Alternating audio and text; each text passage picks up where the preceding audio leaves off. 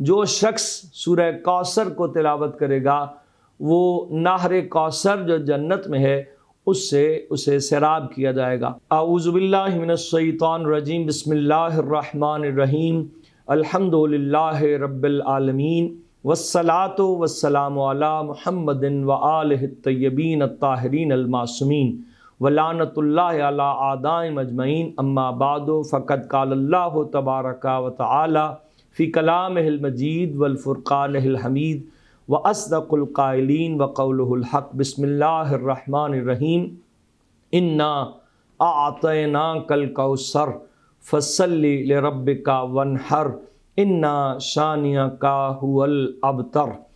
حاضرین گرامی قدر اور ناظرین، جہاں تک میری آواز آ رہی ہے میں نے آپ کے سامنے سورہ مبارکہ کوثر کی تلاوت فرمائی۔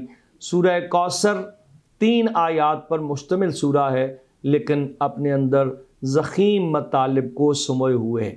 سورہ مبارکہ کوثر کی میں صرف فضیلت بیان کرتا ہوں تاکہ ویڈیو لمبی نہ ہو جائے، اور مختصراً مومنین جو ہے وہ اس سورے کو اپنا سہارا بنائیں اور اس کی تلاوت کو اپنا ورد روزانہ کا قرار دیں۔ سورہ کوثر کی فضیلت میں حضرت امام جعفر صادق علیہ السلام ارشاد فرماتے ہیں، من قرأ سورہ انا اعطیناک الکوثر سقا اللہ من نہر الکوثر۔ جو شخص سورہ کوثر کو تلاوت کرے گا وہ نہر کوثر جو جنت میں ہے اس سے اسے سیراب کیا جائے گا۔ پھر امام محمد باقر علیہ السلام اس سورہ مبارکہ کوثر کی فضیلت بیان کرتے ہوئے ارشاد فرمانے، الکوثر ہوا کثرت النسل، کوثر سے مراد کثرت نسل ہے، فی اہل بیت محمد، جو محمد اور سرکار محمد و آل محمد کی اور سرکار محمد صلی اللہ علیہ وآلہ وسلم کی اہل بیت کے مال۔ کوثر سے مراد اہل بیت محمد کی کثرت نسل ہے، یعنی الکوثر ہوا کثرت النسل فی اہل بیت محمد، کوثر سے مراد اہل بیت محمد کی کثرت نسل ہے۔ تو اس سے مراد یہ مجمع البیان میں امام محمد باقر نے ارشاد فرمایا، اور پھر تفسیر المحزان میں امام علی علیہ السلام خطیب نہج البلاغہ، غالب کل غالب، مطلوب کل طالب، حضرت علی ابن ابی طالب علیہ السلام سورہ کوثر کی فضیلت بیان کرتے ہوئے ارشاد فرما رہے ہیں، شانی محمد هو الابتر وَإِن كَثُرَ مَالُهُ وَوَلَدُهُ۔ محمد سرکار سے، محمد صلی اللہ علیہ وآلہ وسلم سے دشمنی رکھنے والا ہی اصل میں ابتر ہے، بے نسل ہے اور ابتر ہے، چاہے اس کے پاس مال و اولاد کتنی کیوں نہ ہو۔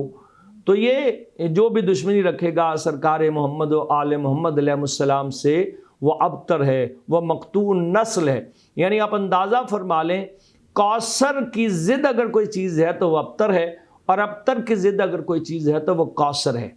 تو آج دنیا نے کتنے مظالم ڈھائے کہ نسل رسول کو منقطع کر دیا جائے، لیکن بڑی بڑی بادشاہتیں ختم ہو گئیں، لیکن سرکار محمد و آل محمد کی نسل آج بھی دنیا میں قائم اور دائم ہے۔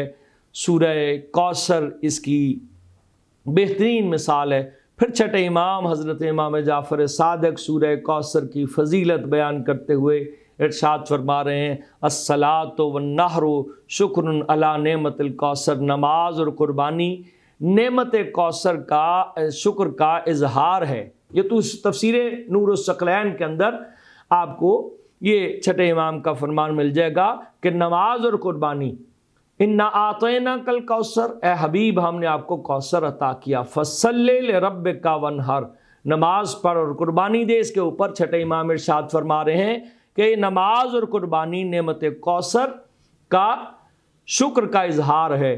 پروردگار عالم ہمیں سورہ کوثر اور مصداق کوثر کے ساتھ معشور فرمائے اور کثرت سے سورہ کوثر کی تلاوت کرنے کا شرف عطا فرمائے۔ وما علینا الا البلاغ المبین۔